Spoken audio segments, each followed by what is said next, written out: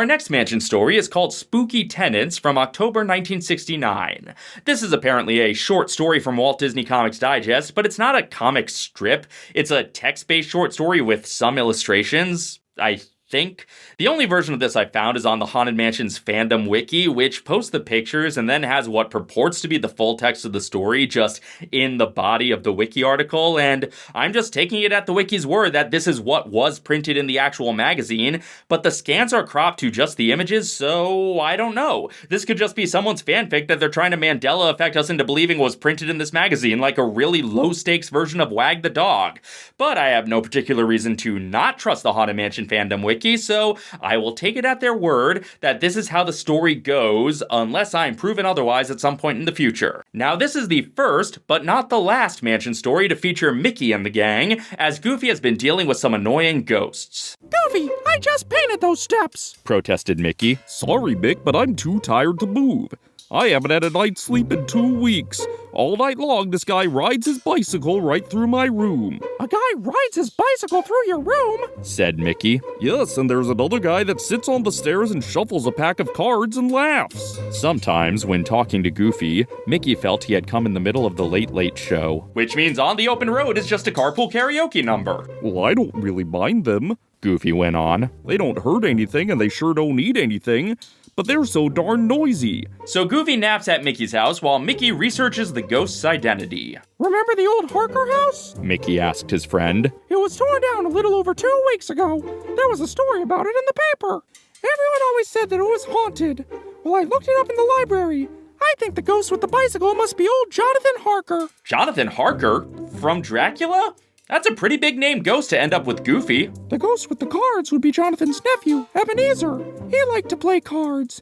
His wife liked to go to parties, so she used to steal 1 or 2 cards out of every deck he bought. Not sure I understand the cause and effect there. She liked to go to parties, so she stole cards? I like to make videos, so I eat tacos. You get the connection. He never had a full deck. It bothered him so much that he had a fit of apoplexy and died. Oh God, is fretting over losing something small fatal now? As if I needed more anxiety every time I can't find my keys. When they tore down the old Harker house, Mickey went on, the ghosts lost their home.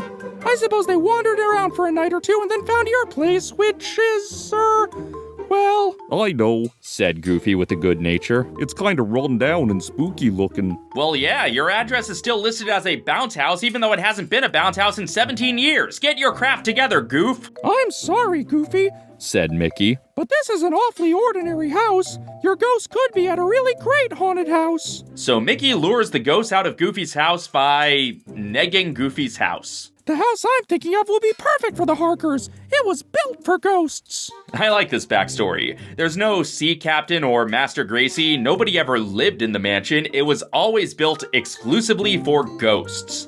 I wonder what the zoning permits are on that. I never thought I'd get rid of a bunch of ghosts by sending them to Disneyland, laughed Goofy. With the Haunted Mansion open, where else would you send a homeless spook? Said Mickey Mouse. So this is the first piece of ancillary media I found to purport that the actual attraction, physically in Disneyland, is a real haunted house with real ghosts. The story and song put the mansion in Anytown, USA, but this says that when you go to Disneyland, you are seeing real ghosts, including the ghost of Jonathan Harker, presumably.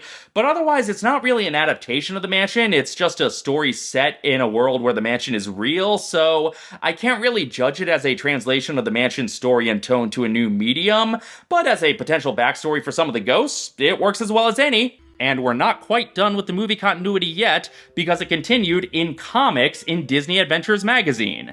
The December 2003 issue plugged the mansion movie hard, featuring an interview with the kids from the movie, a closer look at a few of the ghosts, and a comic. Scans of the comic can be found on the Mansion Fandom Wiki, but I bought a copy off eBay myself to see if there was anything interesting in the BTS info.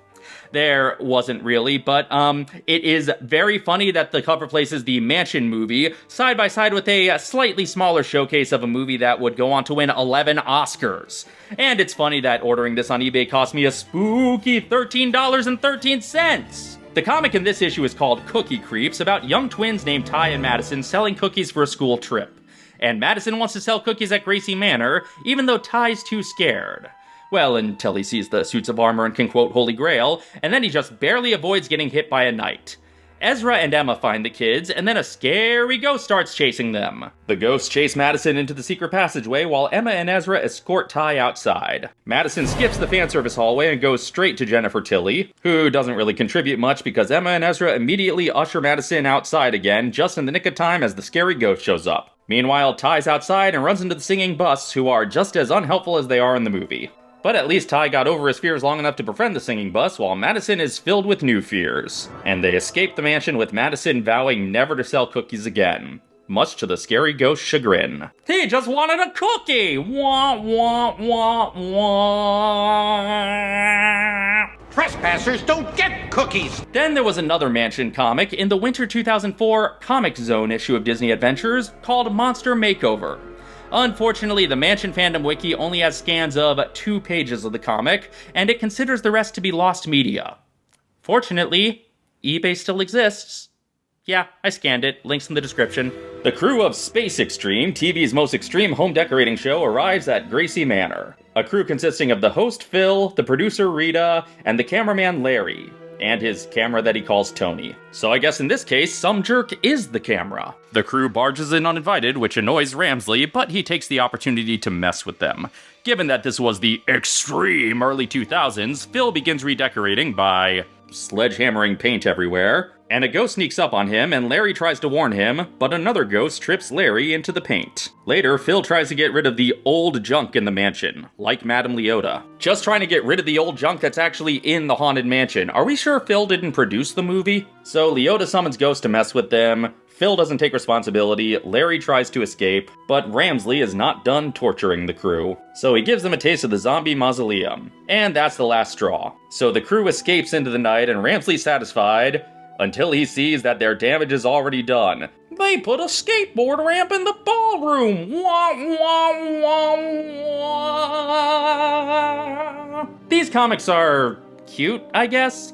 The artwork is decent, and the premises are fine. I just don't think the jokes in them are very funny, but it is interesting that they try to blend the ride sense of humor with the movies, having some jokes deflate the mansion, and some deflate its intruders. The important thing about these comics, though, is that the premise of kids selling cookies in the mansion, and the premise of a home renovation show entering the mansion, are both exactly as funny as the premise of Eddie Murphy as a realtor trying to sell the mansion. Your big-budget movie was built on a backbone about as strong as a Disney Adventures comic premise. Then, beginning in October 2005, we had a new comics continuity, a Haunted Mansion comic book line that was released quarterly until October 2007. These are anthology comics published by the unfortunately named Slave Labor Graphics from a number of different writers and artists. 7 issues were released, and an 8th was in development but never put out. But some of the stories from it have leaked online. Issue 1 has 6 stories. The first, Room for 1,000, is another of these adaptations that basically has a character go through the scenes of the ride in order, but instead of that character being a living guest, it's a hopeful ghost who wants to move in and become the 1,000th happy haunt. He himself still seems a little scared by some of the other residents, but then he scares the only living human in the story, the groundskeeper, and then he feels confident and at home in the mansion. But we, the living, are reminded that they still have room for another. This is just about perfect. It's nearly all the scenes you like in the ride, with only a few omissions, but those get covered in other stories in this issue. But it doesn't focus on boring humans taking up space. It's the first demonstration that a Haunted Mansion story could just be about the ghosts. It faithfully adapts the ride as we know it while reminding us of the potential of this series. There's 999 happy haunts here, and there's room to hear all of their stories. The second story, Blueprint for Murder, is about the building of the mansion and only features 3 characters, all of whom are named after Imagineers.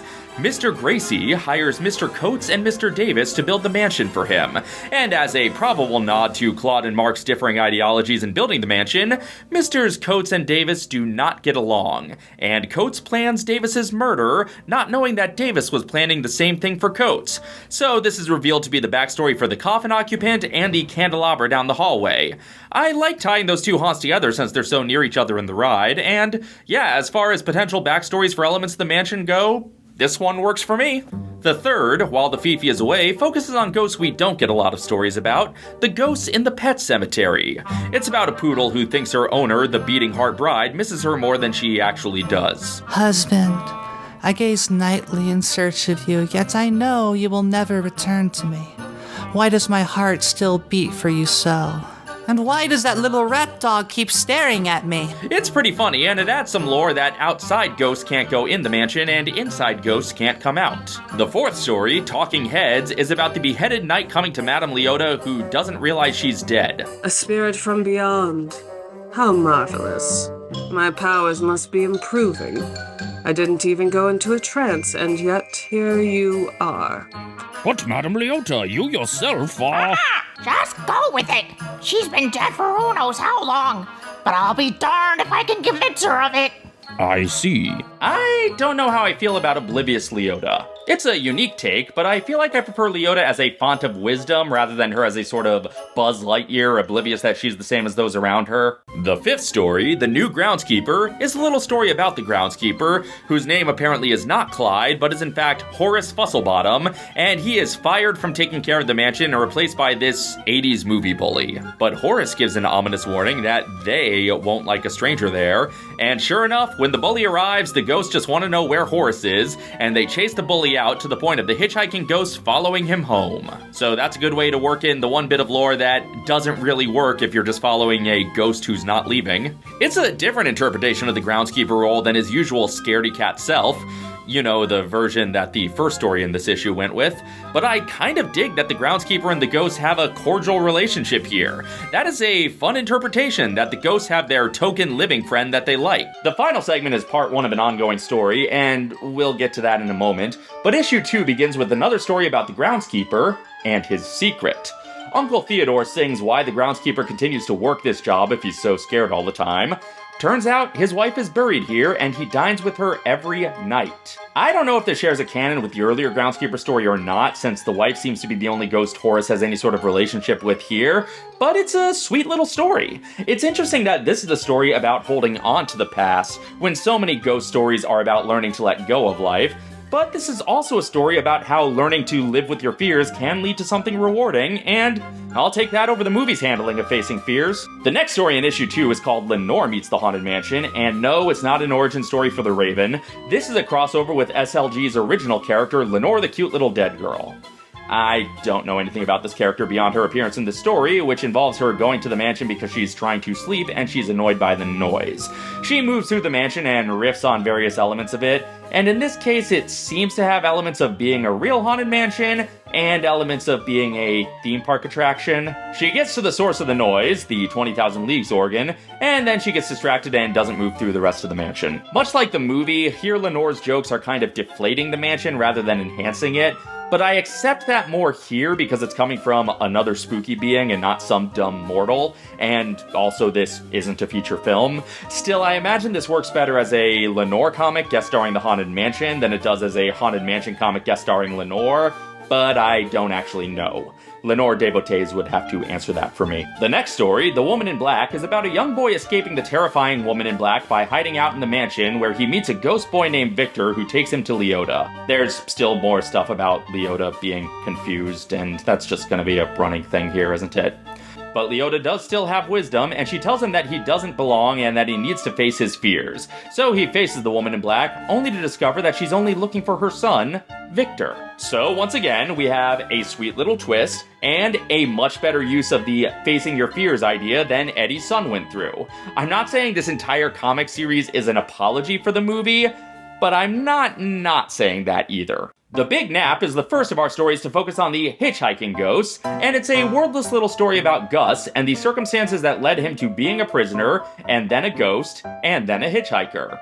It's lighter in tone than a lot of these stories, but I feel like it would legitimately make a great animated short. The first story of issue 3 focuses not on the groundskeeper, but on his dog, who's digging up bones, much to the chagrin of the ghosts those bones belong to.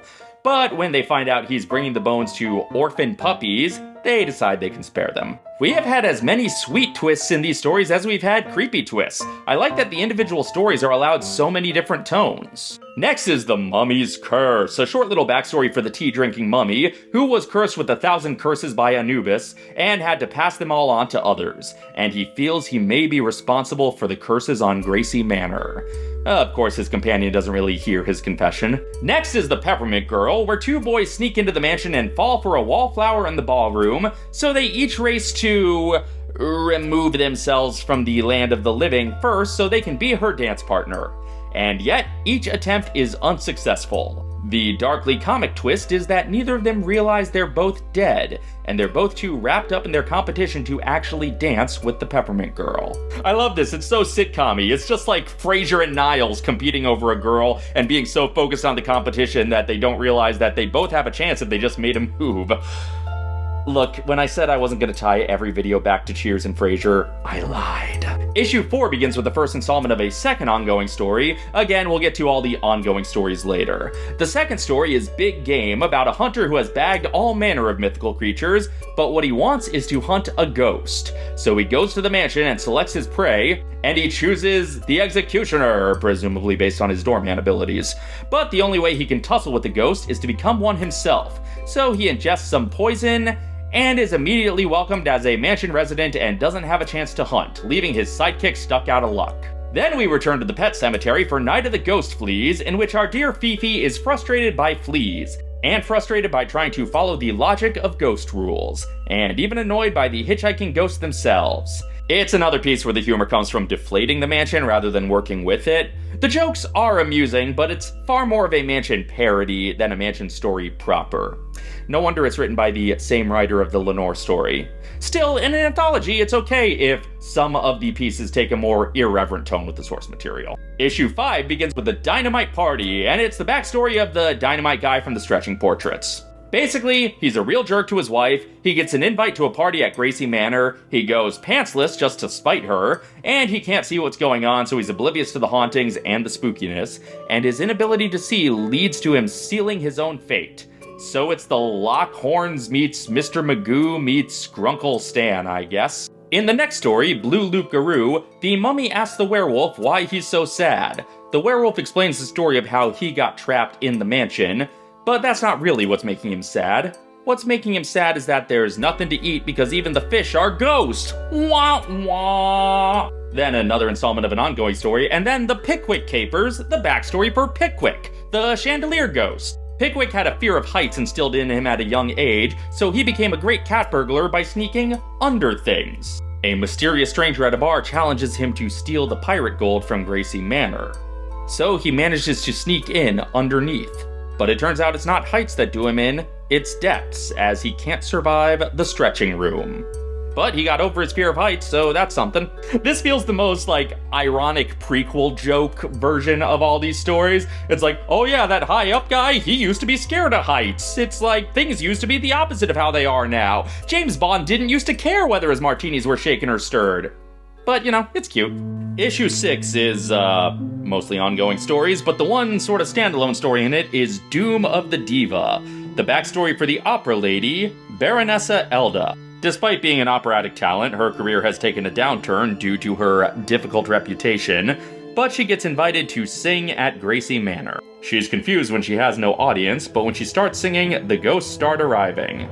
And this terrifies her. She tries to escape while some prankish spirits tie her hair to the balcony, but Gracie appeals to her ego. But she's scared over the balcony and her neck is broken by her own hair. Dark. But at least she sticks around to sing for everyone forever.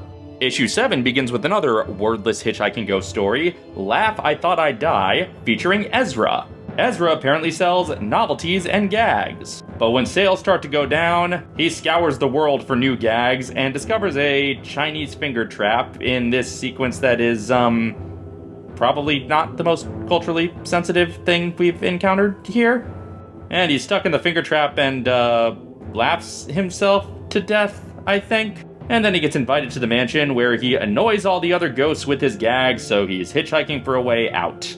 Next is On a Tightrope, the backstory of the tightrope girl in the Stretching Portraits. In this continuity, her name is Daisy de la Cruz, and she tightropes over alligators as a carnival act in the bayou. She is collecting so many suitors, and it turns out she's turning them into gators. And the gators are waiting for their revenge. Then we move on to Three of a Kind about another Stretching Portrait, the Quicksand Guys. whose names in this story are Hobbs, Big Hobbs, and Skinny Hobbs. These three are traveling gambling men, but when a certain Bartholomew Gore catches them cheating, he chases them out to the swamp.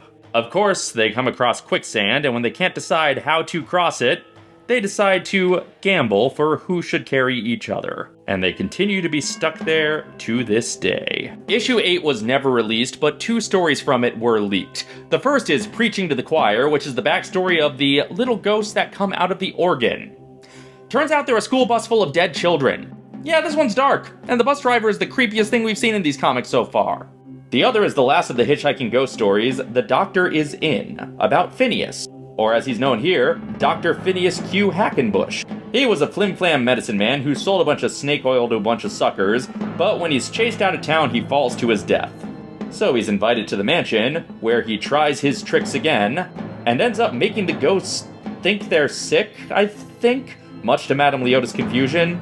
So she has words with him, and then he's trying to get out of there, just like the other hitchhikers. Okay, now that we've looked at all the one-off stories, it's time to look at the ongoing stories, starting back in issue 1 with part 1 of The Mystery of the Manse.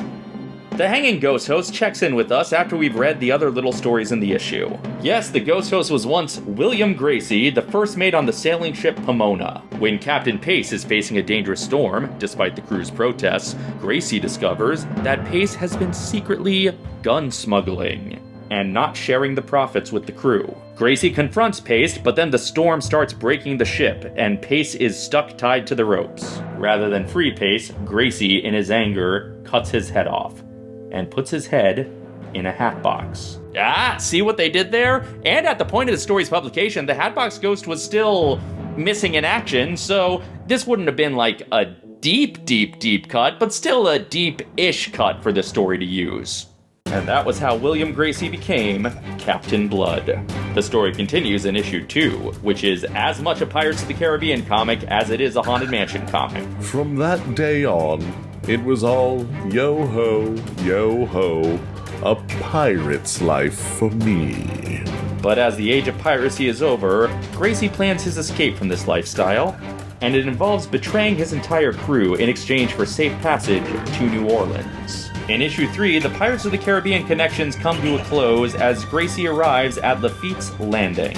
Gracie is told of a mansion he can retire to, which I guess means this doesn't share continuity with that earlier story where he hired Coates and Davis to build the mansion, but hey. Mystery surrounded the place. Even the men who designed and built the house had disappeared shortly after its completion. Or that story did happen, it just wasn't Gracie who hired them, I guess. Look, again, I like that the continuity is kind of muddled between the different stories here because it makes them feel more like ghost stories that have been passed on and embellished. So Gracie becomes the latest person to kind of go through the scenes in the mansion, or at least the ones that exist at this point in the narrative. He's scared, but he's home. In part 4, anime boyfriend Gracie here falls in love with Emily DeClaire. He asks Emily to marry him, but realizes he needs to exorcise the house if she's going to live there. And that's when Leota enters the picture. And Leota's interested in Gracie while he's still in love with Emily, and I don't know, like jealous, spurned lover love triangle Leota. I think I like even less than clueless Leota. But I guess if Gracie chooses Leota, then they'll get married, he'll change his name to Mr. Ghoul, and then they'll invite Mickey and the gang over to clean the mansion. But that doesn't happen in this continuity. Instead, Leota does her famous seance ostensibly to remove all the ghosts. But she has different ideas when she realizes that the ghosts are the crew that Gracie betrayed. So without telling Gracie, she turns the mansion into a magnet for ghosts. But as far as he's concerned, the ghosts have all gone away. Because he has no idea who's just been summoned to the mansion. Oh snap, Gracie versus Hatbox, it's gonna go down! In part 5, we go to the day of the wedding. But Leota arrives to cause trouble because we're really sticking with jealous, spurned Leota here. Emily looks in the attic for something old, and finds an old Hatbox. But the ghost of the dead captain arrives and tells her the truth about her fiancé. Would you have left him if you knew that William Gracie was once the infamous Captain Blood, Scourge of the Caribbean? Would you feel differently about him if you knew he betrayed his crew? My crew and left them to die so he could escape with their treasure. When Gracie hears his bride-to-be screams, he races up to the attic to find her speechless on the floor as his old captain and his old crew are gathered. Poor William. Seems your precious love died of a broken heart. Wow, I thought that condition only affected people from Naboo. But on the Hatbox Captain's way out, he reveals the truth. It was Leota who summoned him. And Gracie murders Leota mid-seance. He realizes redemption is beyond him now, so he takes the only way out. There's always his way. But then, the story continues in part 6. Leota's sudden death caused her to not even realize it had happened and to continue her seance, forever making the mansion a beacon for wayward ghosts. And we get a little explanation for why there are so many different types of ghosts, even ones that don't really fit together. The one living person still around is Michelle, the maid, who opportunistically continues to take care of the house so she can access the pirate gold. And Gracie tells us the current state of the mansion, and the listener tries to escape. As mansion backstories go, there is a lot I like in it, and then there are quite a few things that I really don't like, but overall, it's a better backstory than the movie gave the mansion. But now we move on to the other ongoing story, which is, 2 ongoing stories, or really one ongoing story that was about to set up another ongoing story, but, well, you'll see. This begins at the start of issue 4 with The Interview. A young girl named Sarah is racing to the mansion for an interview to be the new housekeeper. The maid interviewing her, presumably Michelle, gives her the lay of the land. She also tells Sarah something she didn't realize. She died on her way to the mansion. But it turns out she's not fully dead yet, and she's brought back just in the nick of time, but she has mixed feelings about it. Oh man, I think I just blew another interview. This looked like such a nice place to live. This first part of the story kind of seems like a way to reconcile seemingly incongruous theories about the mansion, both that you yourself die when you fall out of the attic, and that you escape to the land of the living and a ghost follows you home. This first installment of the story kind of has that cake and eats it too. The girl did die, but she is still going home at the end. Of course, it's not quite the end yet. In the middle of issue 5, we get the follow-up interview. Sarah can't stop thinking about how much fun the ghosts looked like they were having in Gracie Manor. Her boyfriend Steve is not very patient with this. I thought you were done with your bad goth poetry phase, Sarah. Do you have to be a jerk all the time, Steve? Do I have to be? No, it just works out that way. Sarah ultimately decides she wants to go back to Gracie Manor. In issue 6, Steve races to the mansion to try to stop her, but instead, he begins the journey through the mansion tour. Sarah arrives a little later and runs into the groundskeeper, who tells us a little more about his wife. Sarah talks about how much she wants to live with the ghosts, but the groundskeeper tells her it's not worth it. So Sarah has reconsidered her goals by the time Michelle finds her. Well, I came here to die so I could live forever, but Dick here convinced me that it wasn't such a great idea. Also, the groundskeeper's named Dick in this story and not Horace. Flexible continuity. But in all the chaos, Steve gets scared to death. And he is the 1000th Happy Haunt. Which, leads to the mansion getting sucked up into the ground? Well, that was certainly, something. And this was all leading somewhere, because in the final issue, issue 7, we got part 1 of a spin-off, a joint spin-off, of both The Mystery of the Manse and The Interview, The Misery of the Manse. While the mansion's being sucked into whatever wormhole it's being sucked into, Gracie seems to come back to life, back to his human form. He tries to explain to Steve that he's dead, but even he doesn't understand what happened afterwards, until Leota shows up, once again in full body form. I'm here to see you get your just rewards, William. I'm here for you to face judgment. Judgment? What are you talking about, you crazy witch? I'm talking about how while you were murdering me, I was cursing you to 1,000 years of suffering and agony. condemning you to feel the wrath and anguish of everyone you had murdered in your worthless lifetime. Well, that should come as a relief to the mummy that the curses weren't all his fault. Turns out Leota used to talk about when the 1000th ghost arrived, something big would happen. Some horrible fate. And with the mansion seemingly being dragged to hell, Sarah dives in after it. And the saga ends on that cliffhanger because of all the stories leaked from issue 8, the follow-up to this was not one of them. At least not yet. So, we'll never know where that story was going, but it was certainly an unexpected direction. I didn't love every individual story here, but I really liked the format of this series, an anthology of mansion stories with overlapping but not necessarily identical continuities. Much like the ghost stories surrounding the mansion itself, they can't all be true, but maybe they all have a bit of truth. I wish I could have seen where the ongoing story was going, but in the meantime, I'm glad the stories that were published are here for our enjoyment. Yes, when Disney acquired Marvel, they started the Disney Kingdoms line of comics, several different ongoing stories based on Disney attractions, and one of them was The Haunted Mansion. Now, unfortunately, this supplanted the SLG comics, so this is probably the reason those ones ended on an unsatisfying cliffhanger, but at least this one's trade is still in print. Earlier, there had also been a Disney Kingdoms line inspired by Rolly Crump's Unmade Museum of the Weird, which is also included in this collection.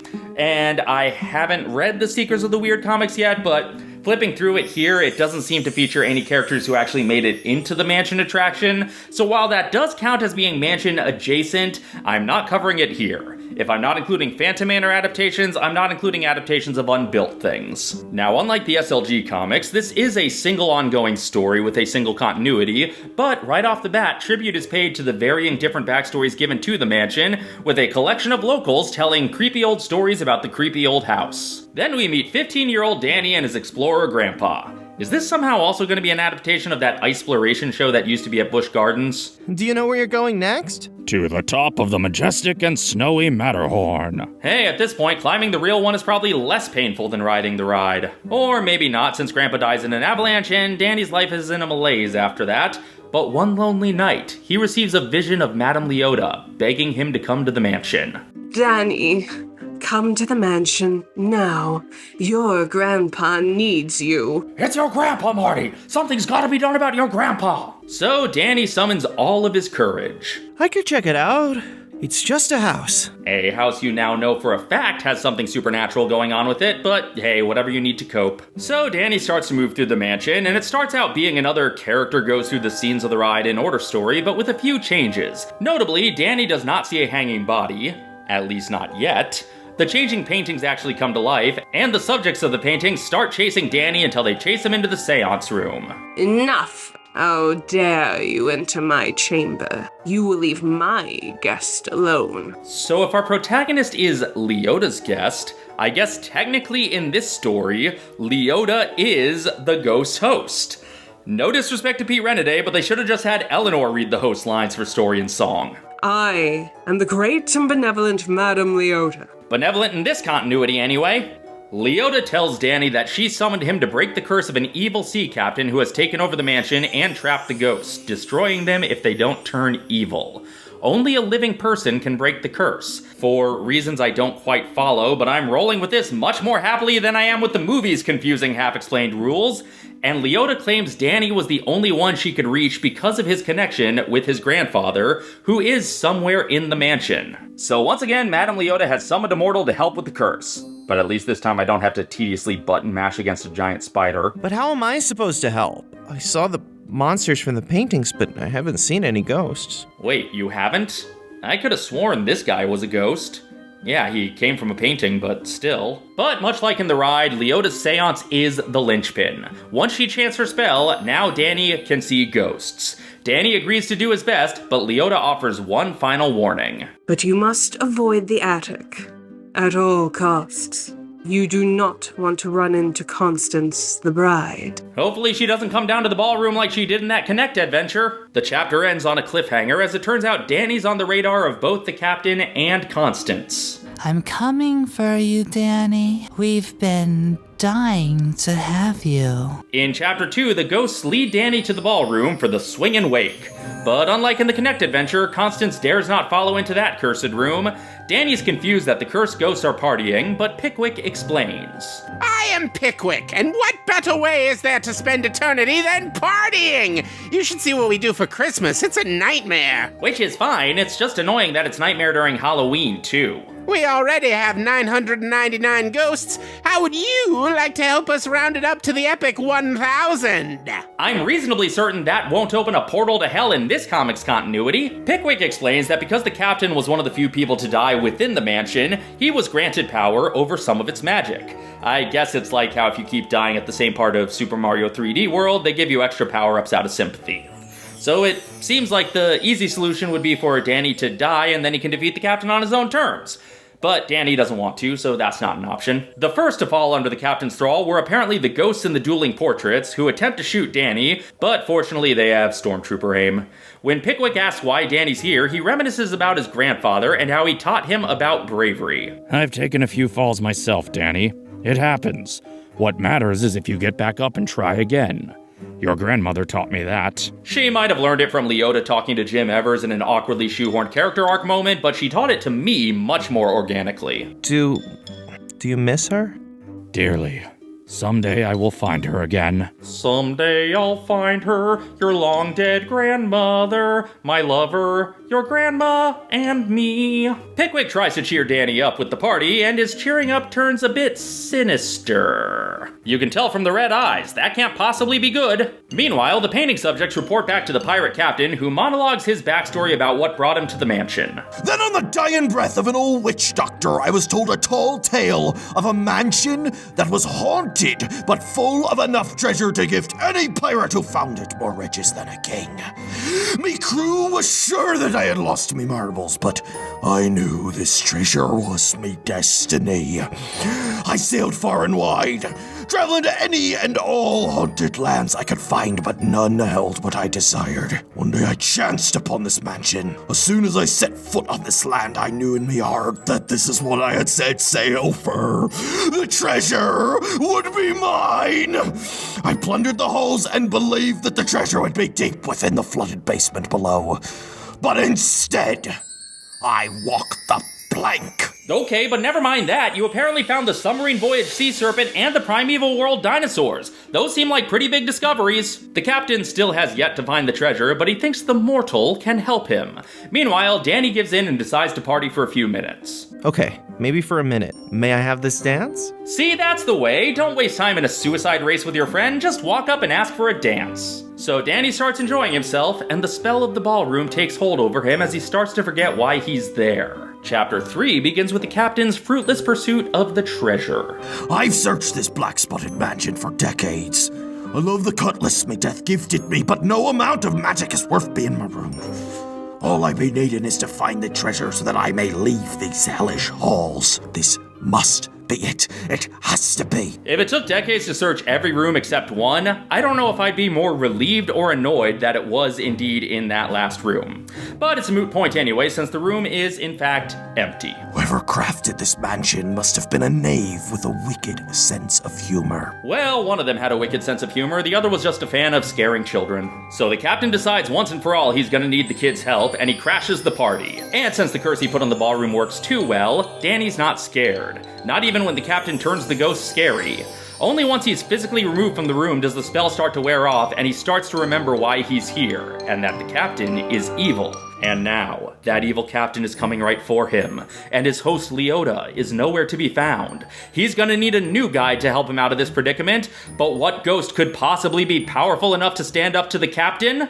Excuse me, young man. Would you mind closing that door? The commotion could wake the dead. And hold for studio audience applause. So the Hatbox Ghost offers to help Danny escape by giving him a tour. Now he's the ghost host and the pirate is his enemy. We got the same basic players as the Mystery of the Manse comic, we're just flipping around roles. That fool! Nothing but trouble since his return! I love how in just 13 years, we went from a movie where the fan service references to the ride were mostly distractions from the main story, to this comic where even the fourth wall meta jokes about the actual attraction are narratively motivated. Case in point, the next page. The endless staircase. No mortals have ever seen this room in this house. Some have seen it in Liberty Square, but never in New Orleans. So the MC Escher room from the Florida mansion is a portal between all haunted locations in the world, and Ol' Hatbox has a specific philosophy on haunted houses. You see, the magic within the mansion reaches far and wide. Some are built as resting place for spirits, once they wish to retire from their haunting days. Some are places of pure magic for fun and exploration. Others for the mystic and macabre. But they are all built as reminders that in death, we should celebrate life. You know, I wasn't expecting the ghost with an evil smile to have such an uplifting outlook on life, but I kinda dig it. The dead enjoy their happy haunting, but they still remember the value of life. I can't! This is all just too much for me. I hate to say it, but I'm afraid, okay? Anything that isn't a little scary in life usually isn't worth doing. Oh, and once again, a better lesson about facing your fears than Eddie's kid had. I love how we've had two comics that both seem in part to be correcting the mistakes of the movie, and yet they still go in their own distinct, interesting directions with it. So, Hatbox leads Danny to a room that's not in the New Orleans mansion, the library. But as soon as Hatbox leaves, Danny's intercepted by the captain, who has taken Leota captive and forces her to confess the truth. Your grandfather's ghost is not in the mansion. I lied, Danny. Yes. Leota explains that it had to be a living person because the living can't call the mansion their home, which I guess means they have to be able to either escape or die. But the captain tires of her exposition and smashes her ball to a million pieces. But this time there's no lifeless head for the kid to accidentally grab and traumatize himself with. So the captain takes Danny himself and tells him to go to the attic and confront Constance for the treasure. Chapter 4 begins with a flashback to 1879, the day of Constance's final wedding. She's already planning to kill her newest husband. Then in the present, the captain posits that being killed in the mansion on her final wedding night gave Constance the power to kill not just the living, but also the dead. Make them extra dead. The captain threatens to kill Danny if he doesn't go up to the attic, but Pickwick and the ballroom ghost save him in the nick of time now that they're no longer under the ballroom spell. But Pickwick wants Danny to go into the attic anyway because he remembers seeing a window up there. The captain chases Danny up and up until he runs into someone he should have seen in the stretching room, but I guess the various hosts finally succeeded at not frightening someone prematurely. Remembering encouragement from his grandfather, he enacts an action sequence that's, well, kinda grotesque, but he makes it across the other side swinging onto a decaying skeleton. And all the skeleton lost was a couple of bones and an eyeball. He makes it up to the attic, sneaks around avoiding Constance, and finds an empty treasure chest. But he sees the window and realizes it must be the way out, just in time to be caught by Constance. There is no way out. It will be dark soon. The chapter ends with Danny falling backwards out the window, just as we the guests theoretically do at this point in the ride, depending on whose fan theory you're following. But the final chapter opens, and Danny did not die from his fall. Oh, isn't that swell? We get a cameo from Dick or Horace or Clyde. The book doesn't make a choice on his name, but he quickly gets scared away because the ghosts are finally free. Once Danny completed his chilling challenge and found the way out, all the ghosts could roam as they choose. But that includes the captain, who threatens a new reign of terror. But despite his fear, Danny stands up to him. I broke the curse and beat you because I used the fear. Okay, use fear on captain. And it didn't work. I'm dead. Thanks a lot, Roberta Williams. And Danny's about to be dead too, but he's saved at the last minute by Grandpa! Honestly, with the way their relationship has been shown over the course of this comic, this appearance hits me just as hard as the appearances of Leota and the Hatbox Ghost. This comic actually made me excited for its original characters. I can't believe a mansion adaptation is actually using, storytelling. Turns out Grandpa wasn't in the mansion because he's been with Danny all along, but he couldn't follow him into the mansion because of the curse. But he's so proud of him. It's so sweet. I'm legitimately emotionally invested in the relationship of the mortal kid in a haunted mansion story. How did that happen? But the captain gets back up and is once again on track to slaughter everyone until he's decapitated by Constance. Okay, I kind of love that Constance's role in this story is basically the T-Rex in Jurassic Park. She's terrifying, stay away from her, but if you're being threatened, she'll save the day because she wants to kill the one threatening you even more. You may continue, as you were.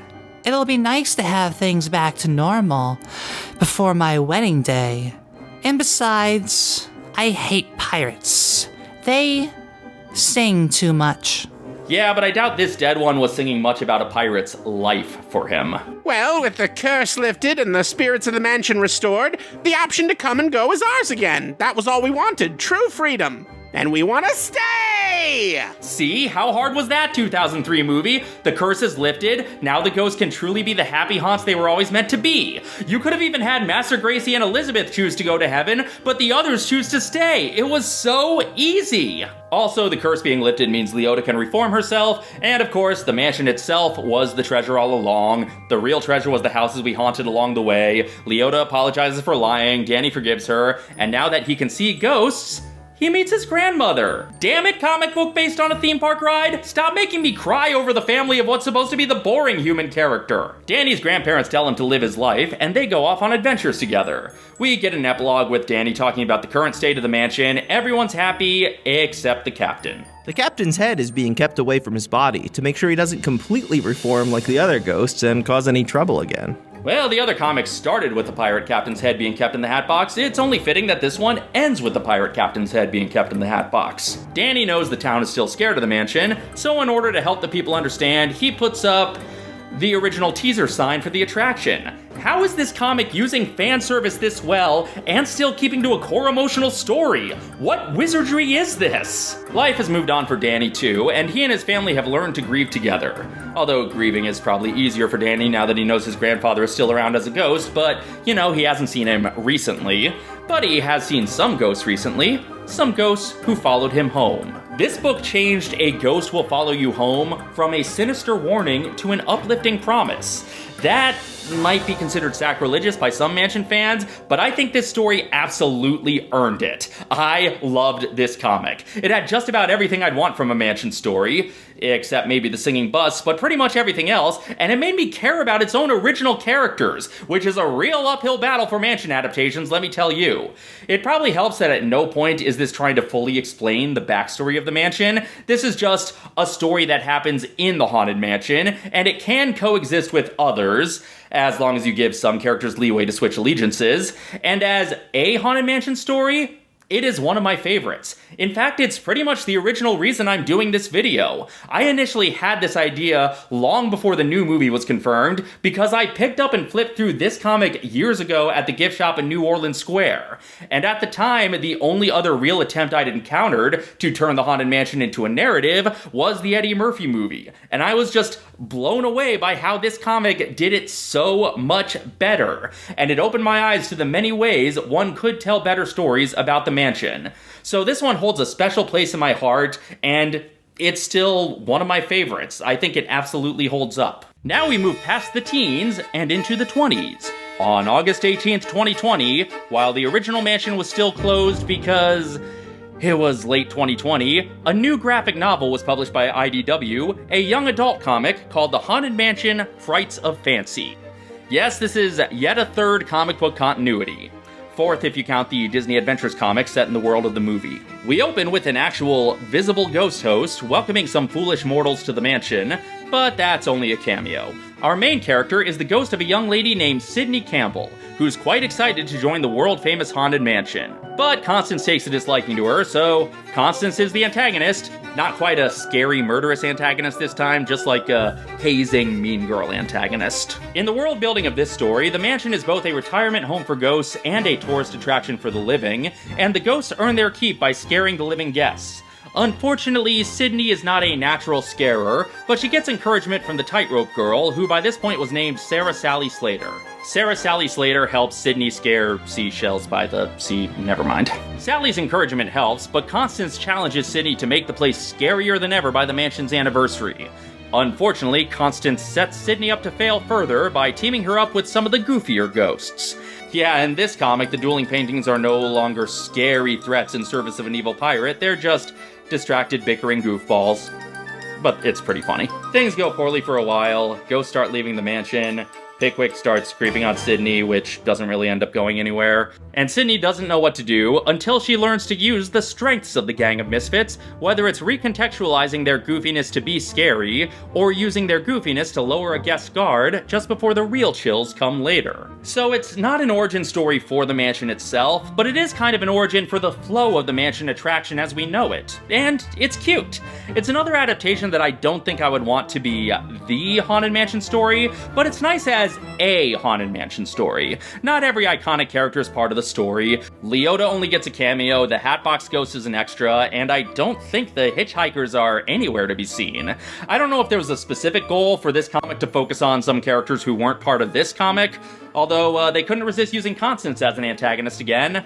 Once again, we get little meta references, although not quite as intricately woven as they are in the Marvel comic, and in general, the story is much lighter than, well, basically all of the other adaptations that don't feature Mickey Mouse. It's aimed at a younger audience, but it's still a sweet little tale, and you know what? I ship Sydney and Sally.